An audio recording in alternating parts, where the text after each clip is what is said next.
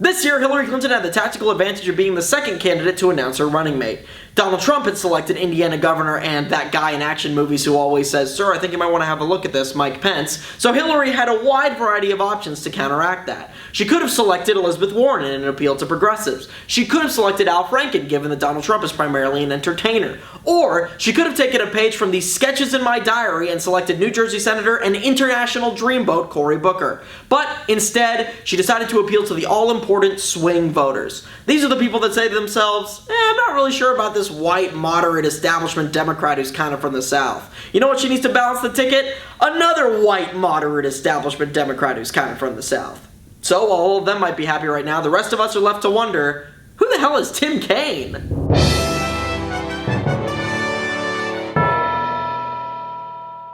Howdy gang. In selecting Virginia Senator Tim Kaine to be her running mate against Mike Pence, Hillary Clinton has decided to fight fire with fire. Although I think fire is far too exciting a metaphor to describe Tim Kaine or Mike Pence, so she's really fighting Febreze with Febreze. He is one of only 30 people to have served as a mayor, governor, and a senator in American history, putting him in such esteemed company as Lincoln Chafee, the man who single-handedly took down Sean Hannity. You got property taxes, sales taxes, hidden taxes. Yep. So maybe if you're lucky, you get to keep like 40 cents out of every dollar. Hang on, I gotta. No, wait a sec. No, just to be clear, that's over 750,000. Hang on, let me just throw my money away. $250,000. Give it to you. I'll give it to the government. Hand it over. Why should I work? And Dirk Kempthorne, the Republican from Idaho whose name sounds like it was made up in a bad improv scene. Cricket, thank you. Dude, why are there crickets all over our apartment? Oh god, this is so disgusting. Oh Damn. My god. I've never even really seen crickets in person before. I just always hear them. Yeah, I'm not even sure how I knew these were crickets. I just assumed just because of the sound. Oh, you think so? Dirk Kempthorne? Because I saw you bringing crickets in here earlier.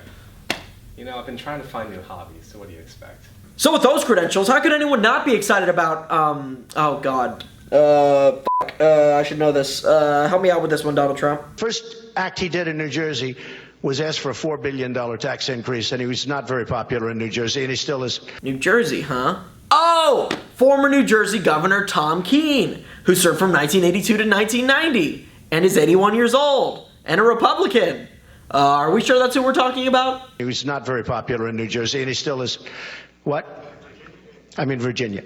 Oh, duh, Virginia, New Jersey, easy mistake. It's not like our government is literally structured based on how little the two agree with each other. Now, this would be an easy opportunity to make fun of Donald Trump, but I'm going to do what the American people have done for the last year and a half and give him the benefit of the doubt. Instead, I think the reason Donald got the two mixed up is because Tim Kaine really is that generic. Let's see if Senator Kaine has a rebuttal to that idea. Kaine is as boring as he is safe. I mean, they're true. I am boring. But, okay. Tell us how you really feel. No, seriously, displaying genuine human emotion is appealing to voters. Do you have any justification for the fact that your idea of a fun night is going to Redbox, renting Ant-Man, and falling asleep with the TV on 45 minutes in? I am boring.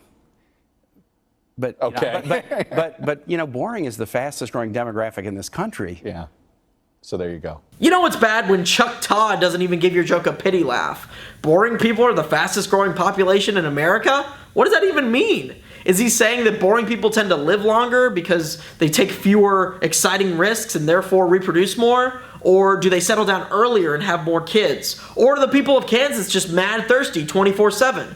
Whatever the case may be, Tim Kaine was chosen in spite of his enthusiasm identity, and he and Hillary Clinton had to make the case for boring. Senator Tim Kaine is everything Donald Trump and Mike Pence are not. He's not entertaining, he's not appealing to the base, no one's ever going to put his name on a building. What is he? Y bienvenidos a todos. Ay, Dios mío. Bienvenidos a todos en nuestro país, ¿verdad? Porque somos americanos todos. Look, you have to give Tim Kaine some credit. He has annihilated Jeb Bush in the whitest person ever to learn Spanish competition. But I feel like it could still use some work. Here's a direct translation of his statement. Bienvenidos a todos. Welcome to everyone. En nuestro país, ¿verdad? In our country, right? Porque somos americanos todos. Because we are all Americans. I get what he's going for, stronger together, that sort of thing, but I can't help but feel like it's a case of lógica circular. Boy, I'll tell ya, not afraid to say it. You all look great today.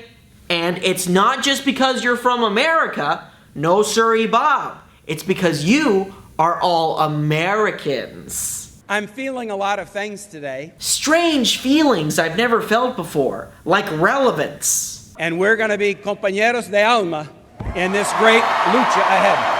I don't know about you guys, but I'm beginning to think that Tim Kaine's Spanish might somehow be better than his English. When he speaks English, he sounds like a folksy southern Muppet, but then he puts mucho esfuerzo in los partes of his sentences that are en español. It's like the opposite of a Spanish commercial for an American product.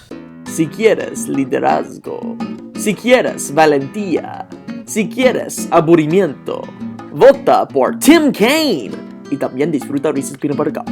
Anyway, enough comments about Tim Kaine's voice and demeanor. That's shallow and immature, and I'm sure he would never do that to anyone else. Trump, he's got a way of saying the same two words every time he makes his biggest, hugest promises. Believe me. It's going to be great, believe me. We're going to build a wall and make Mexico pay for it, believe me. The worst part of that impression is not how bad it is, but the sheer confidence with which Tim Kaine delivers it. He looks into the camera after every sentence with all the poise and self-assurance of Tracy Morgan playing Brian Fellow. On that note, there's one thing that I think everyone is missing about Tim Kaine, and that is, inexplicably, that he is about 10% sassy. Donald Trump has a passion too. It's himself.